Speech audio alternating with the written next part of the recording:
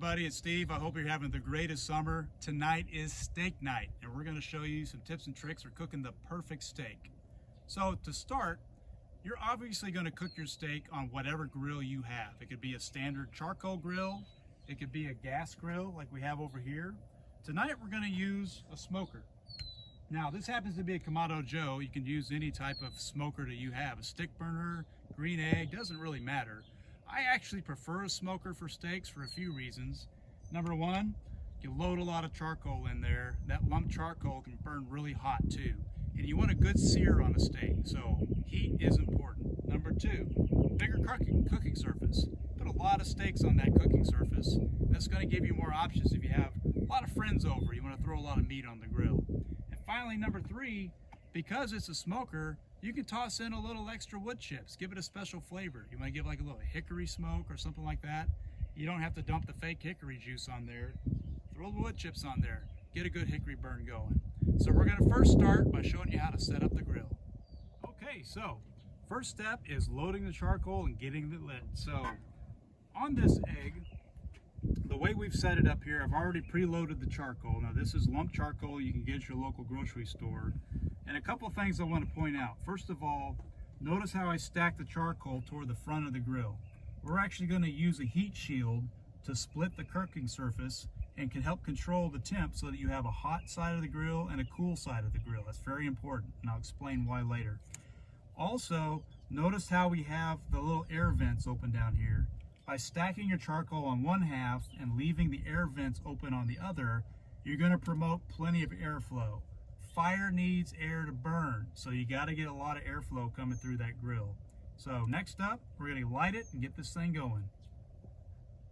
Okay, we've got our coals lit here, and also I've placed the heat shield inside the grill. So as you can see here, once this fire gets burning, we're going to have a hot side and a cool side. Now the reason you want that is you want to be able to start your steaks on the cool side of the grill. A lot of people say, throw it on the hot side and get a good sear. You don't want to do that, and the reason why is it's not going to allow the steak to cook thoroughly through in the center of the meat. It's going to cause a really hard, hot crust on the outside, and it's going to take forever to cook that meat on the inside. And you're going to end up with a burnt exterior and a raw interior. Some people like it that way, I don't. So what we're going to do is start it on the cool side of the grill and then bring it over to the hot side to finish. So maybe a little bit opposite of what you tried in the past. I encourage you to try this technique. You're going to be really happy with it. Now, this is one of my favorite parts, is getting that steak ready. Take a look at these steaks we have here. Aren't these delicious? We have 2 ribeyes and a New York strip. Bo and I prefer ribeyes because it's a nice thick cut of meat. And I generally prefer to get a nice thick cut like this, at least an inch thick, maybe a little thicker, because the more thickness you have, the more juices you have in the meat, and also it gives you a little room for error in case you overcook it at some point along the way. The missus prefers a New York strip. You have T-bones and porterhouse. I mean, there's all kinds of options. So obviously, grab the meat that you like the best. Thicker the better, okay? Now, when it comes to dressing up that steak, 2 things to keep in mind. Number one, you want to get it up to room temperature before putting it on the grill. If you throw an ice cold steak on the grill, it's gonna be difficult to cook it thoroughly. So let it warm up to room temperature. It's not gonna spoil, you're not gonna get food poisoning.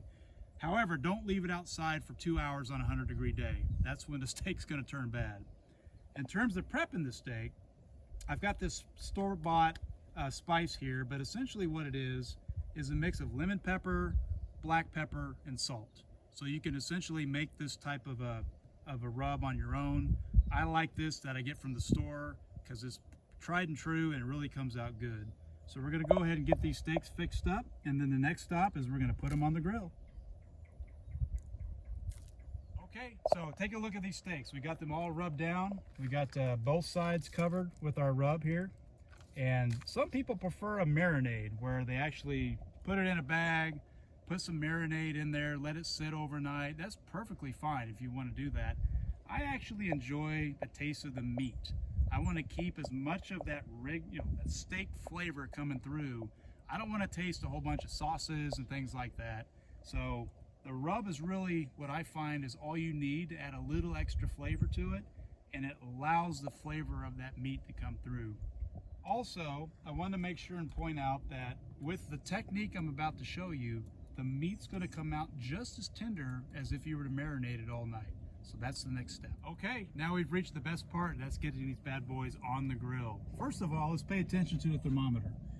Notice how this one is right at about 600 degrees. Right there in the steakhouse searing mode. You don't need to get it all the way up to 800 or 900. That's a little excessive. We have it right about where we want it. And remember, we're going to put these on the cool side of the grill over our heat shield first. Cook it 4 minutes on each side. So let's get them on the grill. There we go. Oh, best sound in the world right there. Second only to a beer bottle opening. There we go. Got them on, and we're going to start our timer, and we'll be back in 4 minutes to flip them. Okay, everybody, so it's been 4 minutes. Let's take a look at these steaks. All right, so look at that. This is important to notice. See how they're like, hey, they barely look like they've been cooking. Exactly, it's because they've been over that heat shield. Oh, look at that side. Look how perfect that is. And this is at 600 degrees, folks. 600 degrees. And look at those grill marks.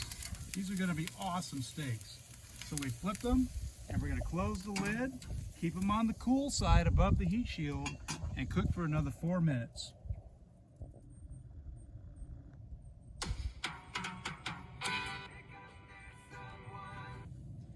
All right, everybody, so it's been 8 minutes on the cool side of the grill. Now we're gonna bring it over the heat.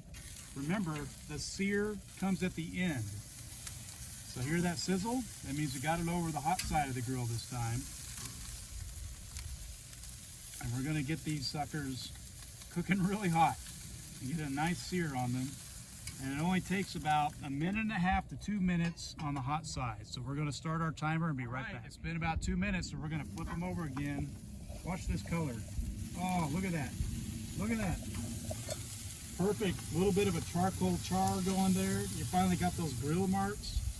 We did a little cross pattern by flipping the steaks in different directions.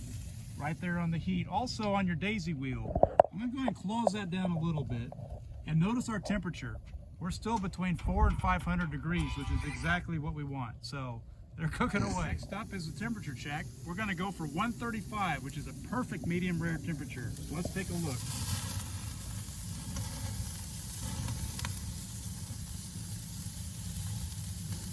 Look at that, right on the money.